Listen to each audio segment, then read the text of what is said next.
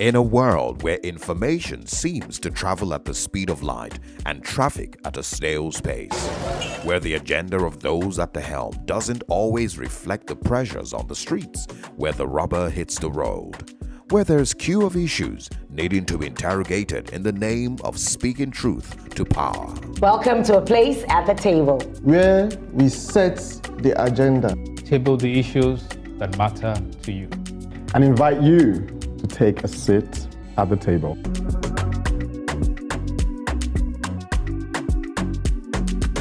Welcome. Some have said that gender-based violence is a man's conversation. Well, today, the men take on the issues at the table. I'll kick things off by taking us on a journey through understanding gender-based violence. Yeah, okay, we'll meet again. I'll take it up from where you live, from understanding to breaking the chains of gender-based violence. I'll be focusing on the father factor.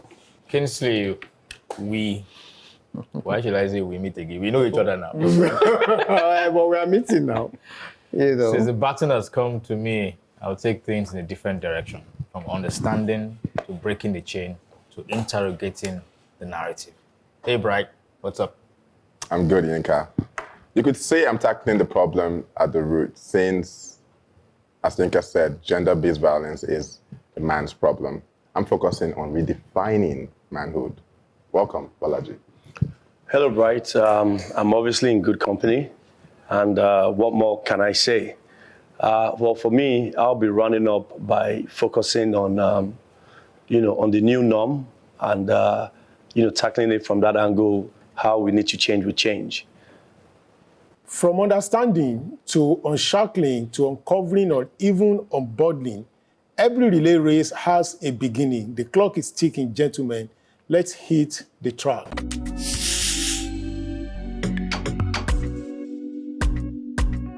The journey through gender-based violence. First, what is gender-based violence? Gender-based violence, or GBV, is an umbrella term for harmful acts directed at an individual based on their gender. It's a multifaceted violation manifesting not just physically, but through sexual, psychological, economic, and cultural dimensions, all rooted in power imbalances and inequality.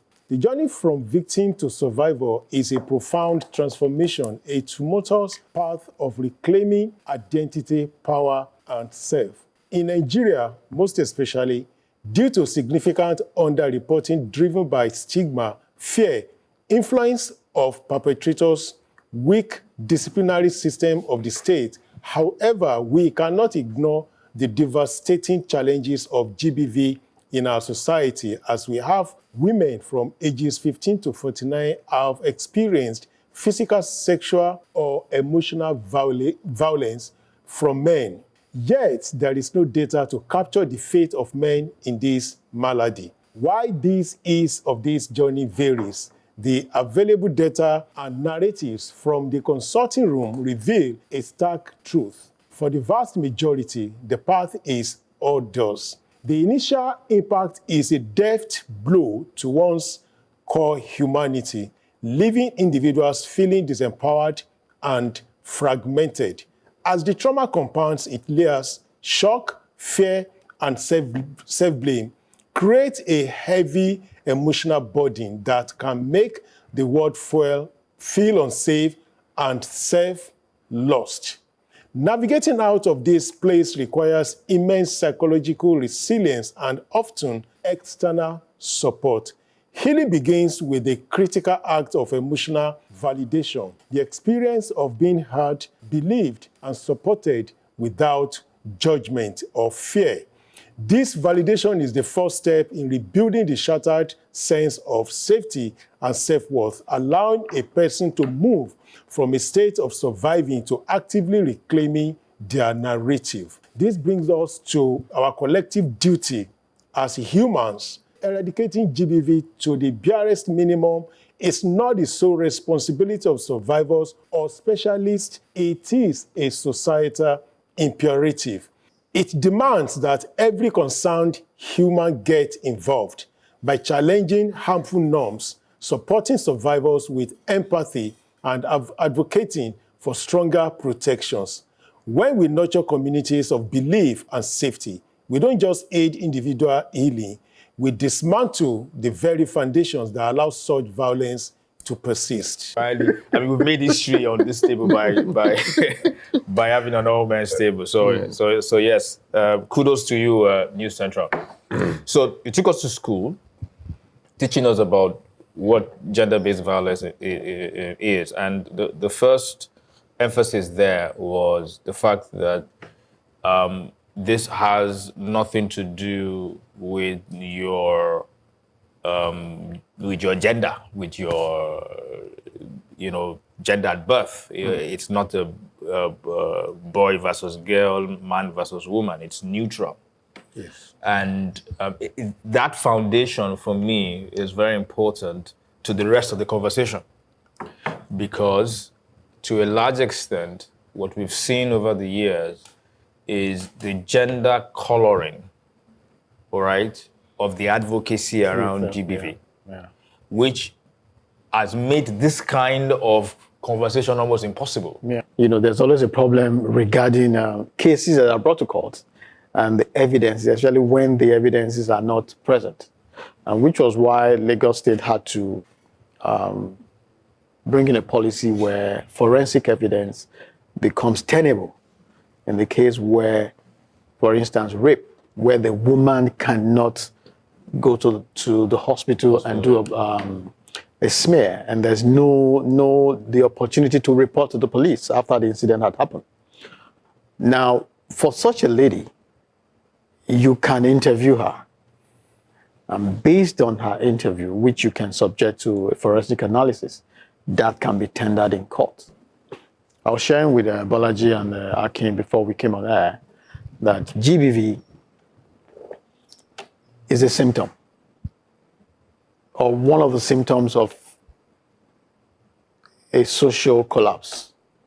When people start to kill their wives, when boys start to kill their girlfriends for rituals, when women are compelled to drink the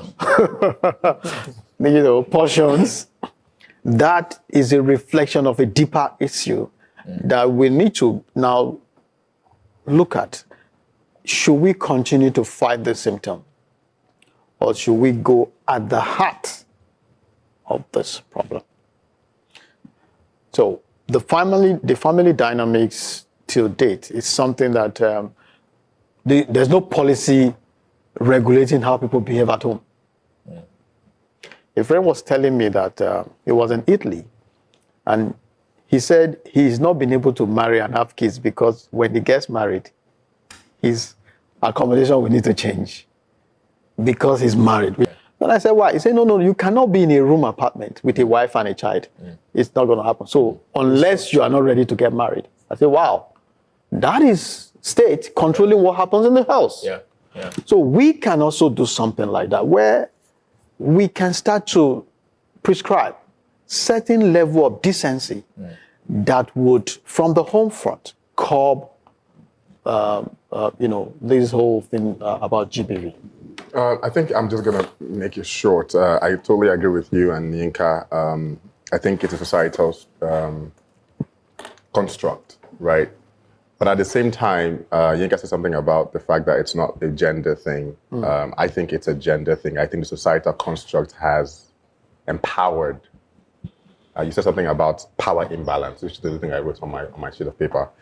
The societal construct has empowered one of the gender to feel like they're superior over the other one, and they feel like they have the authority to be able to do certain things, and that's where this all begins. So yes, it's not a male or female thing, but the construct itself is empowering one over one, and that's the reason why we're seeing what we're seeing as a result.